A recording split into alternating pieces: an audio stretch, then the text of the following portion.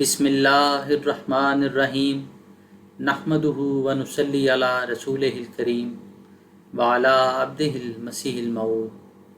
ملفوظات حضرت مسیح موعود علیہ الصلاۃ والسلام۔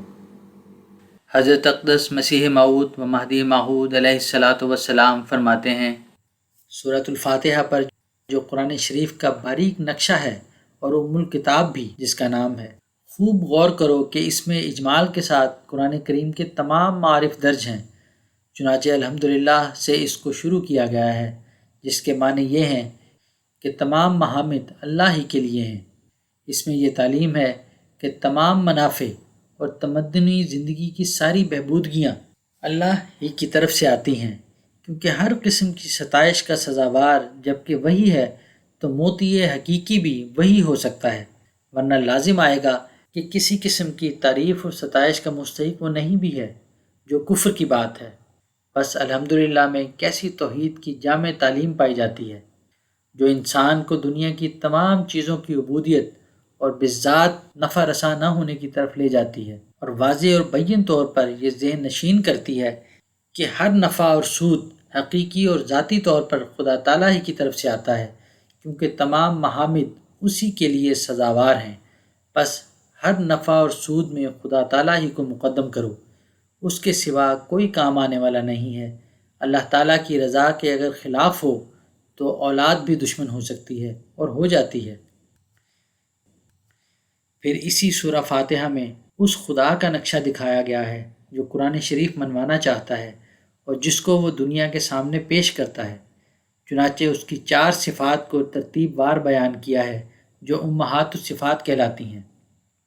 جیسے سورہ فاتحہ ام الکتاب ہے، ویسے ہی جو صفات اللہ تعالیٰ کی اس میں بیان کی گئی ہیں وہ بھی ام الصفات ہی ہیں، اور وہ یہ ہیں: رب العالمین، الرحمن، الرحیم، مالک یوم الدین۔ ان صفات اربعہ پر غور کرنے سے خدا تعالیٰ کا گویا چہرہ نظر آ جاتا ہے۔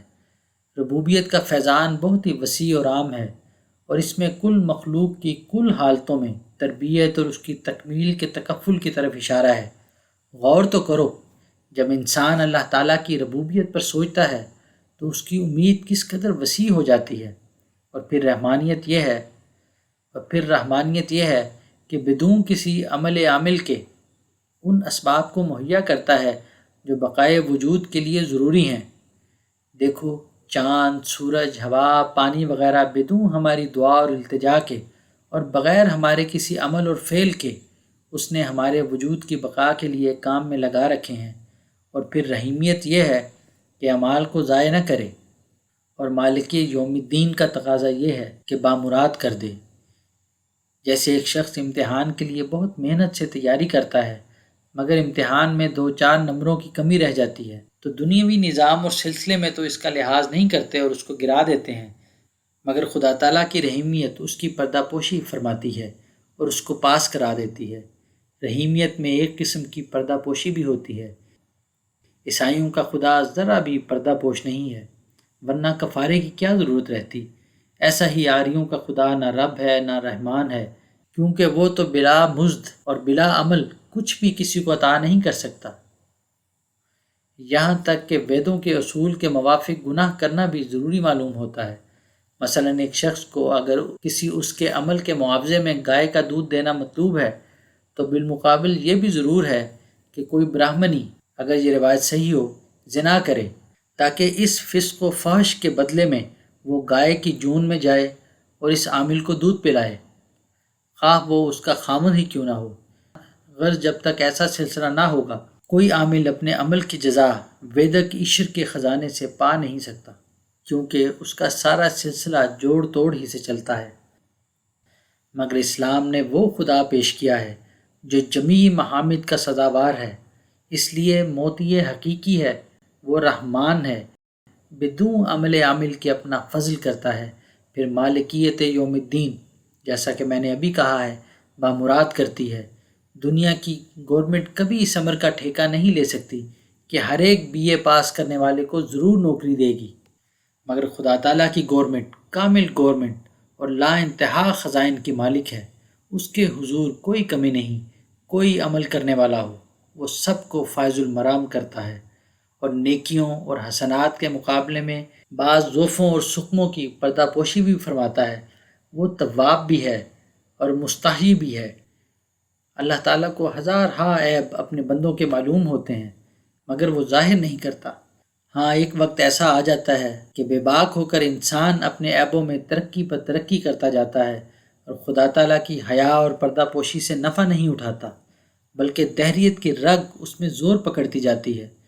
تب خدا تعالیٰ کی غیرت تقاضا نہیں کرتی کہ اس بے باک کو چھوڑا جائے، اس لیے وہ ذلیل کیا جاتا ہے۔ مولوی عبداللہ صاحب غزنوی کو محمد حسین کی نسبت الہام ہوا کہ اس میں کوئی عیب ہے، اس نے چاہا کہ وہ ظاہر کر دیں، مگر انہوں نے یہی کہا کہ اللہ تعالیٰ کی حیا مانے ہے۔ پھر انہوں نے اس کی نسبت ایک رویا میں دیکھا کہ اس کے کپڑے پھٹ گئے ہیں، چنانچہ اب وہ رویا پوری ہو گئی۔ غرض میرا مطلب تو صرف یہ تھا کہ رحیمیت میں ایک خاصا پردہ پوشی کا بھی ہے، مگر اس پردہ پوشی سے پہلے یہ بھی ضروری ہے کہ کوئی عمل ہو، اور اس عمل کے متعلق اگر کوئی کمی یا نقص رہ جاوے تو اللہ تعالیٰ اپنی رحیمیت سے اس کی پردہ پوشی فرماتا ہے۔ رحمانیت اور رحیمیت میں فرق یہ ہے کہ رحمانیت میں فعل اور عمل کا کوئی دخل نہیں ہوتا، مگر رحیمیت میں فعل و عمل کو دخل ہے، لیکن کمزوری بھی ساتھ ہی ہے۔ خدا کا رحم چاہتا ہے کہ پردہ پوشی کرے، اسی طرح مالک یوم الدین وہ ہے کہ اصل مقصد کو پورا کرے۔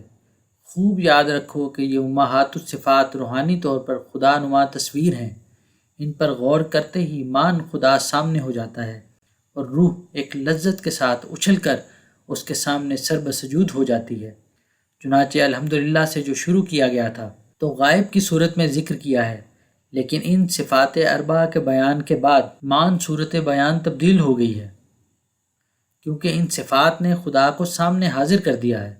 اس لیے حق تھا اور فصاحت کا تقاضا تھا کہ اب غائب نہ رہے بلکہ حاضر کی صورت اختیار کی جاوے۔ بس اس دائرے کی تکمیل کے تقاضے نے مخاطب کی طرف منہ پھیرا اور ایاک نعبد و ایاک نستعین کہا۔ یاد رکھنا چاہیے کہ ایاک نعبد و ایاک نستعین میں کوئی فاصلہ نہیں ہے۔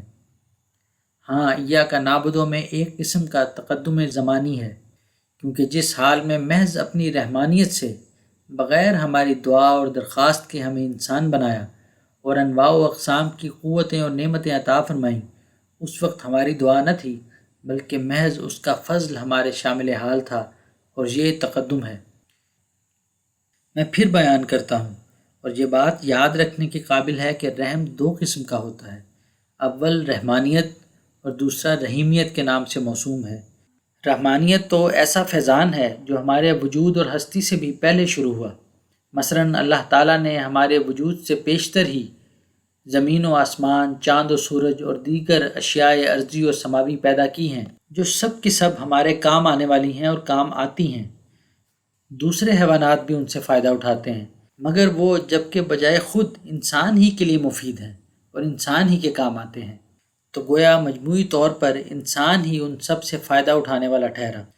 دیکھو جسمانی امور میں کیسی اعلیٰ درجے کی غذائیں کھاتا ہے۔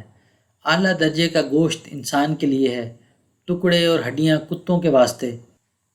جسمانی طور پر تو کسی حد تک حیوان بھی شریک ہیں، مگر روحانی لذات میں جانور شریک نہیں ہیں۔